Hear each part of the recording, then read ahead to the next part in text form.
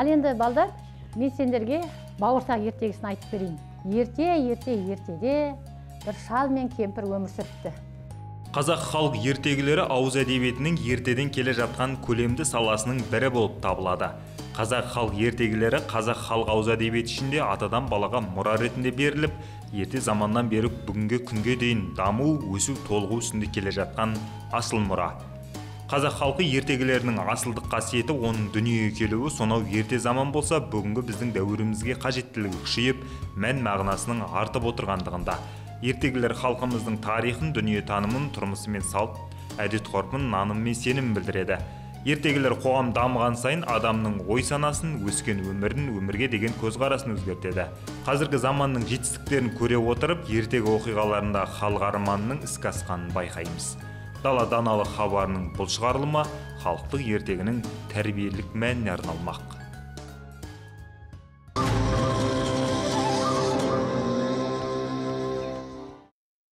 Халық ауыз әдебиетінің ішіндегі ең жақыны балаларға ол ертегі болмақ. Алғаш қауымнан бастап бала тәрбиесіне ерекше әсер ететін ертегілерді ойлап шығарған адамзат тарихында ертегілердің тәрбиелік мәні зор. Қазақ ертегілері сан алуан, ертегі арқылы айнала қоршаған ортаны барлай алады. Табиғаттың сиқырлы сырларын сезіне біледі, халықтық әдемілік және әдептілік жайлы ұғымдарын бойына сіңіреді. Ұлттық салт-дәстүр, әдет-ғұрып туралы түсінік алып, адамгершілік тәрбиесінің бастауларына ден қояды. Бүгінде жасөспірімге ертегі айтып, немерелеріне қазақ халық ертегілерінің мәнін тереңнен ұғындырып жүрген ақ жаулықты әжелер бар. Қазіргі техника дамыған уақытта балаларға телефонға емес, кітапқа ден қойғандарын қалайды. Солардың қатарында Атырау ауылында тұратын әжелер бар. Ал енді мына балалы үй базар дейді, бала біздің болашағымыз дейді. Бұл балаларға өсіп келе жатырған біздер, әжелер, үлкендер жағы, жалпы тәрбие беруіміз керек. Сол тәрбие беретін нұсқаның біреуі осы балаларға ертегі айту. Осы ертегілерді айта отырып, біз балаларға үлкен тәрбие береміз. Бұл ертегілерді естіп отырып, балалар жаңағы ненің жақсы екенін, ненің жаман екенін үйренеді. Өмірде кездесетін жаңағы адамдардың мінездерін, ойларын, жаңағы мақсаттарын осы ертегі арқылы, оларды аңдар арқылы да береді. Басқалай жаңағы табиғат арқылы да береді. Сол арқылы сөйлеп отырған кезде бала өзіне ненің жақсы, ненің жаман екенін ұғынады. Бұл ертегінің тәрбиелік маңызы өте зор. Ертегілерді балаларға үйреткенде жаңағы жасына қарап айтамыз ғой. Бұл кіші балдарға, үлкен балдарға айтатын ертегіні айта алмаймыз. Жасы кішкентай балдарға өздеріне сай келетін жастарына ертегі, үлкен балаларға, орта жастағы балдарға өздерінің жастарына сай келетін ертегілер айту керек. Себебі бала ол ертегіні түсінбегеннен кейін оның ар жағында ол ештеңе айта алмайды. Сол ертегілермен қатар қазақтың салт-дәстүрінде ұмытылып бара жатырған әдет-ғұрыптарды да осы балаларымызға үйретуіміз керек. Соның ішінде мына бесік жыры ұмытылып бара жатырған. Бұл бесік жыры, ертегілер, аңыз әңгімелер дегеніміз осы балаларға тәрбие беретін, тәрбиенің бір көзі деп есептейміз. Гүлдер айым деп аталатын әжелер тобы ауылдық мәдениет үйінде өнер көрсетеді. Ән салада ұлттық құндылықтарды ұлықтап, салт-дәстүрді кеңінен насихаттап жүр. Аптасына жиі бас қосып, балаларға арнап әртүрлі қызықты ертегілер айтып, көңілін аулайды. Жай ғана айтып қоймай, нақышына келтіре орындап, балаларды қызықтырады. Бүгінде әжелердің немерелері де халық ертегісімен сусындап келеді. Маған ертегіні әжем үйретеді, анам үйретеді. Кітаптан оқиым, балапан арнасын қарай. Бір күні Қожа Насыр ұйықтап жатқанда үйіне ұрылар түседі. Үйіндегі барлық заттарын тонап жатқанда Қожа Насыр ұйқысынан оянып кете салысымен асыққаннан ұрылармен бірге заттарын жинай салған. Қожа Насыр болған таңғалған ұрылар, қожеке, мұны не дейді? Көрші жатқан жоқпыз ба депті. Бір күні Қожа Насыр мен алдар көсе Ыстықкөл жағалауында келе жатса, алдар көсе Қожа Насырға, қожеке, мына көлден неше шелек су шығар деп айтады. Қожа Насыр ойланбастан, осы көлде шелек тапсам, бірақ шелек шығады дейді. Өскелең ұрпақты жан-жақты жетілген, адамгершілігі мол азамат етіп тәрбиелеуде ертегінің алатын орны ерекше. Ертегі адамның қиялына қанат бітіреді, білмегенді білгенге сүйрейді. Кімдерден, қай кейіпкерлерден аулақ болуды насихаттайды. Бұл өшпес зор туындылар бала болашағының мәнді мақсатты көзқарасын тудырары сөзсіз.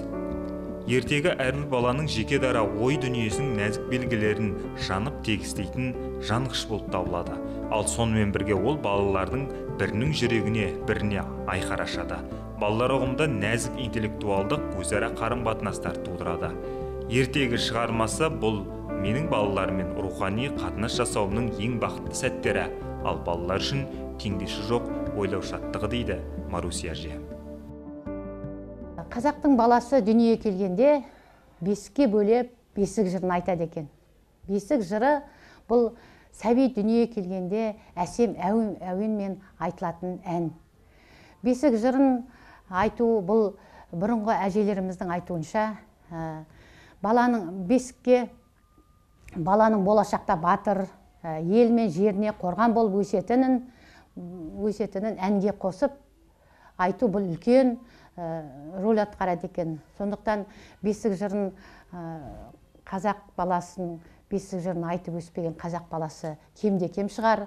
Енді алайда кейбір қазіргі бесік жырында Бауыржан Момышұлы мен 3 нәрседен қорқам деген екен. Біріншісі бесік жырын айта алмайтын келіндердің көбеюінен қорқам. Екіншісі әжелердің ертегі айта алмайтын әжелердің көбеюінен қорқам деген екен. Үшіншісі салт дәстүрді сыйламайтын ұрпақтың көбеюінен қорқам деген екен.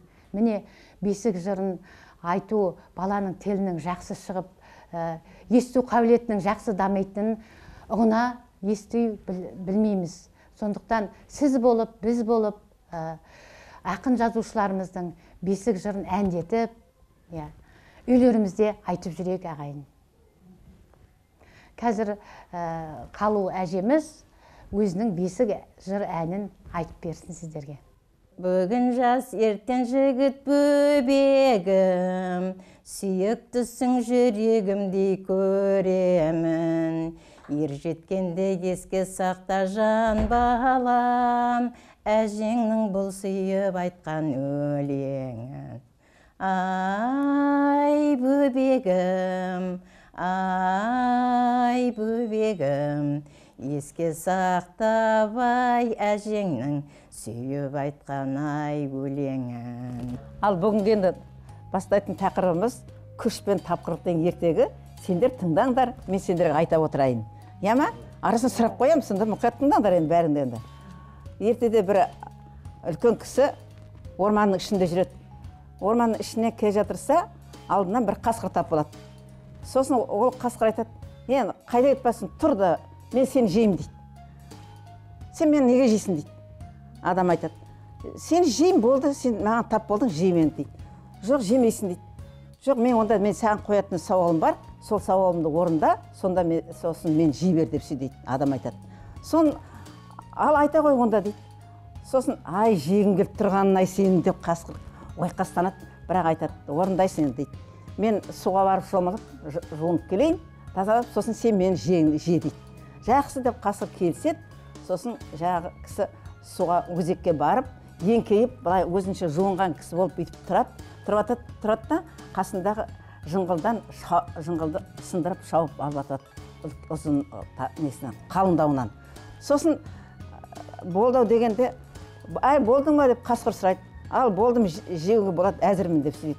Деп сөйдеп жатқанда, қасқыр келе жатқанда, жақындай бергенде қасқырдың құйрығын шап беріп, ана ұстап алады.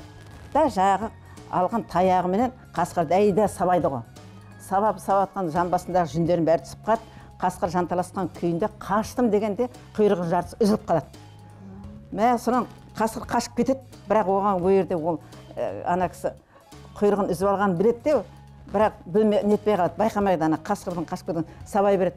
Соны қасқыр құтылады, жаңа кісі құйрықты алып үйіне келеді. Үйге келгесін түнде ұйықтап жатқанда, бүкіл қасқырлар ұлайды, бөрілер ұлайды, әйда жатқызбайды. Сосын бұл енді нағылады, енді қалай ету керек. Сосын түнде далаға шықпайды, қорқады жаңағы неден. Қасқырларын таң атқасын бұл данаға шығады. Сосын айтады, жаңағы өзінің құйрығын жұлбаған қасқыр шығады бірінші. Енді мен де сен де маған не істедің ғой, мен мына нелерімді шақырып келдім мен деп сөйдейді. Жоқ, мен тұра тұр, мен ана жерге барып тұрам. Сосын сендер сонда келіп мен барлық мүшемді ботарлап жейсіңдер дейді. Жоқ, тұрмаймыз дейді. Сен алдайсың дейді. Жоқ, алдамаймыз, біз сен көнеміз соған дейді. Соны барып тұрғанда мынау секірттік, сол бойда моментіне жүгірттік, талдың ағаштың төбесіне шығып кетеді мынау жүгіріп. Қасқырлар аңқып қалып қойды сол жерде. Сон енді не істейді енді? Ана кісіні жеу керек, ала алмайды бірақ та. Сосын ішінде бір үлкендеу қасқыр айтады. Мен сендерге айтайын, сендер тыңдаңдар дейді. Мен бәріміз біріміздің үстімізге біріміз шығып, ана талды өрмелеп, қалайтын аны жеуіміз керек деп сөйдейді. Ол біз сенің мынандай қиынлық істеді ғой, біз де соны істейік деп, жаңағы бірінің үстіне бірі шығып, талдың орта беліне барғанда, жаңағы ең астындағы қасқыр құлап кетеді, құлап қалады. Аяғы сынып, бері сынып, содан кейін ол құлағанда бәрі құлап қалады. Сонда жаңағы ана кісі алған қасқырдың құйрығын лақтырып жібереді жерге. Бүкіл қасқыр қорыққаннан жаңағы құйрықтан бәрі зыда қашады. Қашып батқанда жаңағы құйрығы жұлынып қалған қасқырлар бәрі кейді. Сенің кесірінен мына аяғымыз сынды, мойнымыз ауырды, қолымыз сынды, жаңағы құйрығы жұлынып қалған қасқыр бәрі қуып кетеді де, жаңағы мына ақылмен жеңген кісі аман қалады сол жерде. Түсіндіңдер ме? Сонда ақылды болу керек. Ашу бірден ақыл соңынан дейді. Ақылды болсаң жаңағы қасқырды жеңіп тұр ғой сонда. Сонымен сөйтіп ертегім аяқталды. Қазақ халық ертегілерінің не үшін қажет екенін әдебиет зерттеушісі ғалым Ахмет Байтұрсынов ертегінің қадірі қанша деп сұрағанда керектігіне қарай жауап береді. Халықтың ұмытылған сөздерін ертегіден табылмақ. Олай болса, ертегі тіл жағынан керек нәрсе. Бала әдебиет жоқ жерде баланың рухын, қиялын тәрбиелеуде зор кедергі бар. Баланы қиялдауға, сөйлеуге үйретеді. Бұрынғылардың сана саңлау, қалып салты жағынан дерек беру үшін керегі бар нәрсе деп айтқан болатын. Қазақ халқы ертегілер мейірімділікке, адамгершілікке, әділдікке, еңбексүйгіштікке, тазалыққа, достыққа, әдептілікке үйретеді. Жамандықтан, қулықтан, өтіріктен, зұлымдықтан аулақ болуға тәрбиелеу жолын алға қояды. Әрдайым татулық, бірлік, ынтымақ жеңетінін көрсетеді.